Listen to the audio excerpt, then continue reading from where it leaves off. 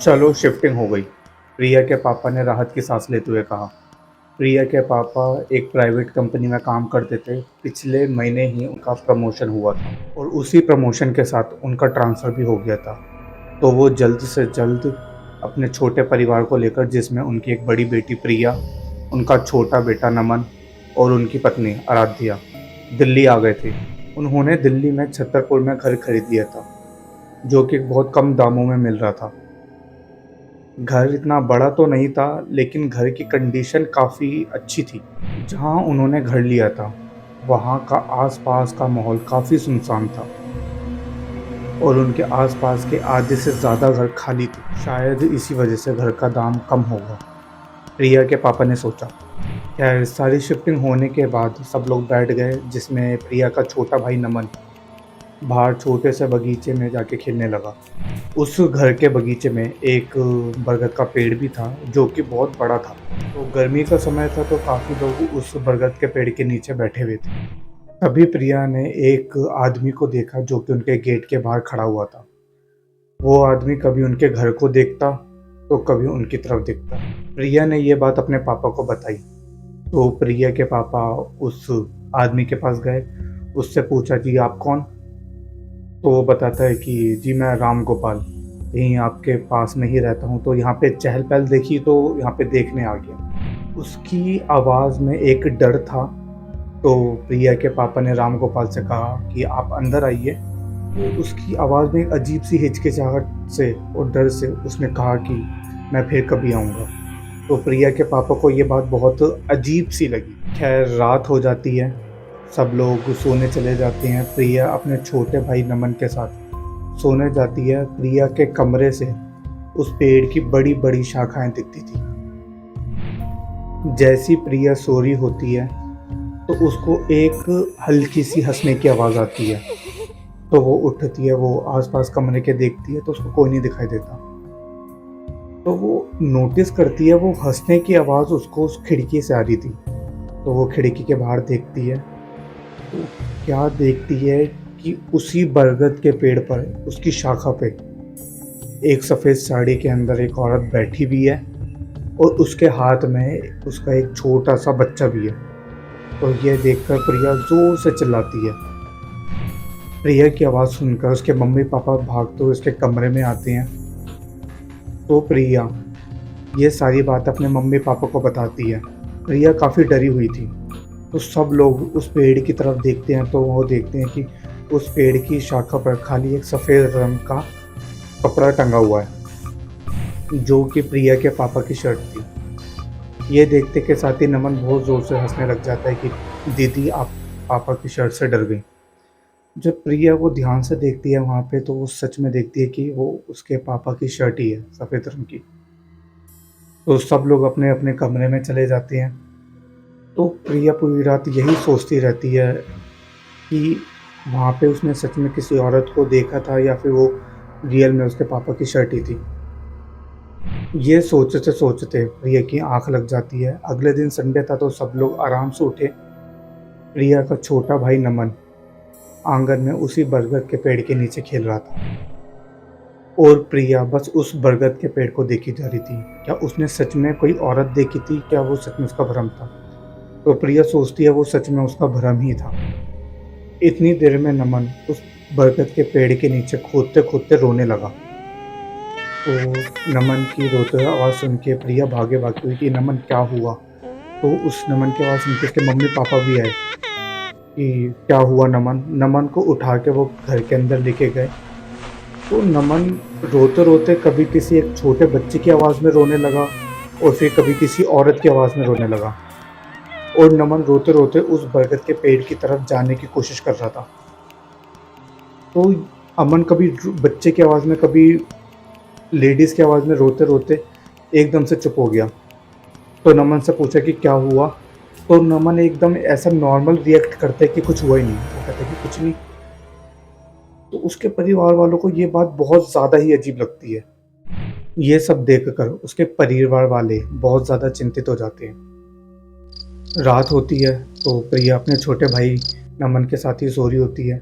तो नमन को बहुत ज़्यादा तेज़ बुखार हो रहा होता है।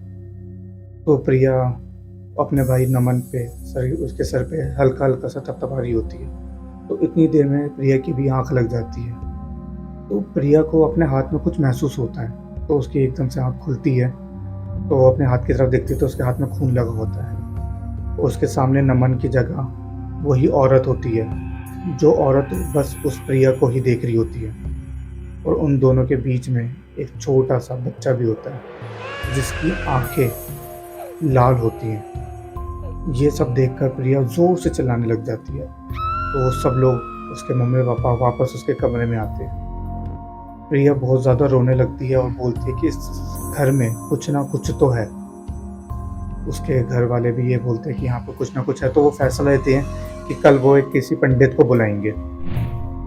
नमन को बहुत ज़्यादा तेज़ बुखार हो रहा होता है, तो फिर सुबह उठते के साथ ही उसके पापा दवाई लेके आते हैं, जो कि दवाई भी कुछ असर नहीं करती।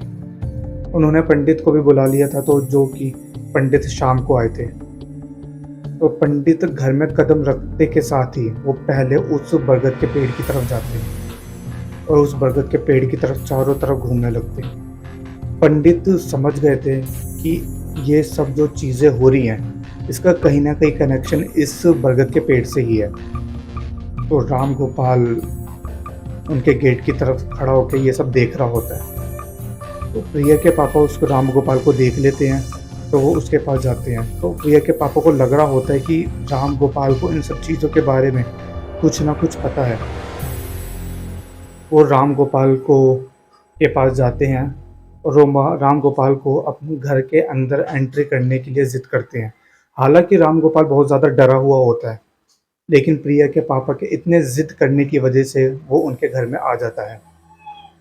तो पंडित जी आते हैं, तो पंडित जी आते के साथ ही बताते हैं कि यहाँ पे कोई ना कोई आत्मा तो है। तो यहाँ पे एक आत्मा नहीं, 2 आत्माएँ हैं, जो कि एक बड़े रूप में है, जो कि और एक दूसरी छोटे रूप में है। पंडित जी कहते हैं ये ज़रूर शीतल और उसकी बेटी परी होगी। तो प्रिया के पापा राम गोपाल को देखते हैं, उनको लगता है कि इसके बारे में राम गोपाल को ज़रूर कुछ ना कुछ पता है। तो प्रिया के पापा उससे पूछते हैं कि यहाँ पे ऐसा क्या हुआ? बहुत ज़्यादा ज़िद करते हैं, तो राम गोपाल उनको बताते हैं। यहाँ पे भी एक परिवार रहा करता था, जिसमें कि उनका एक बड़ा बेटा मोहित, उसकी शादी हुई थी शीतल से। जब शीतल नई-नई घर में आई तो उसको कोई दिक्कत नहीं हुई, सब हँसी-मज़ाक सब खुशी-खुशी चल रहा था। लेकिन कुछ टाइम बाद मोहित की माँ शीतल से बोलती है कि मेरे को जल्दी से एक पोता दे दे। तो शीतल हँसते हुए बोलती है कि माँ जी, मेरे को तो एक बेटी चाहिए। तो मोहित की माँ गुस्से में आके बोलती है कि पोता चाहिए, पोता, बस पोता चाहिए। जिसकी वजह से मोहित की माँ शीतल को बड़े-बड़े पंडितों के पास, भक्तों के पास और बहुत सारा प्रसाद भी उसको खिलाए। जब शीतल प्रेग्नेंट होती है, तो सब लोग यही उम्मीद कर रहे होते हैं कि लड़का हो, लेकिन नियति को कुछ और ही मंजूर था। उसके होती है बेटी, जिसका नाम मोहित और शीतल दोनों मिलकर नाम रखते हैं, उसका नाम परी। परी के होने के बाद मोहित की माँ का बर्ताव अलग ही हो गया था। वो शीतल से अच्छे से बात नहीं करती थी, उसको ताने मारा करती थी। परी को उसको प्यार नहीं करती थी, उसको ऐसा रिएक्ट करती थी परी के साथ कि वो उनकी पोती ही ना हो। तो ये सब शीतल को बहुत ज़्यादा बुरा लगता था। तो शीतल इस चीज़ को लेकर लड़ी भी, लेकिन मोहित भी अपनी माँ की ही साइड लेता था, जिससे कि शीतल और उसकी बेटी परी बहुत ज़्यादा अकेली हो गई थी। तो शीतल ने क्या करा, उसने आत्महत्या कर ली और उसने अपनी छोटी बेटी 8 महीने की बेटी को भी मार दिया। तो मोहित के परिवार वाले बदनामी के डर से उन्होंने उन दोनों की लाश को बरगद के पेड़ के नीचे गाड़ दिया। समय बीतता गया, तो उनके जब मोहित के परिवार वालों से आसपास के पड़ोस पूछने लग गए कि शीतल कहाँ है, तो वो हमेशा कोई ना कोई बहाना लगा दिया करते थे कि वो अपने घर गई है। लेकिन शीतल के परिवार वालों ने एक दिन वो पुलिस लेके आ गए, तो सबको सब कुछ पता लग गया, तो वो सब लोग जेल के अंदर है इस वक्त। लेकिन ये सब सुनने के बाद प्रिया के, पापा के, उसके परिवार के पैरों तले ज़मीन खिसक गई। वो बहुत ज़्यादा डर गए थे। उन्होंने एक फ़ैसला लिया कि हम 1 मिनट भी इस घर में नहीं रहेंगे। वो जल्द से जल्द उस घर से शिफ्ट होने की तैयारी करने लग गए। इतनी देर में राम गोपाल बोलता है कि ये ना आप एक काम करो, यहाँ पे पूजा करवा लो पंडित जी से। वो कहते हैं कि नहीं, हम यहाँ से चले जाएँगे। वो वहाँ से चले जाते हैं। तो तब से अभी तक वहाँ पे बरगद के पेड़ पर शीतल और उसकी बेटी परी अभी तक बैठते हैं। वो आते-जाते लोगों को देखते हैं, तो वो इंतज़ार करते हैं कि कब यहाँ पे कोई रुके और कब हम उसे एहसास दिलाएँ अपना।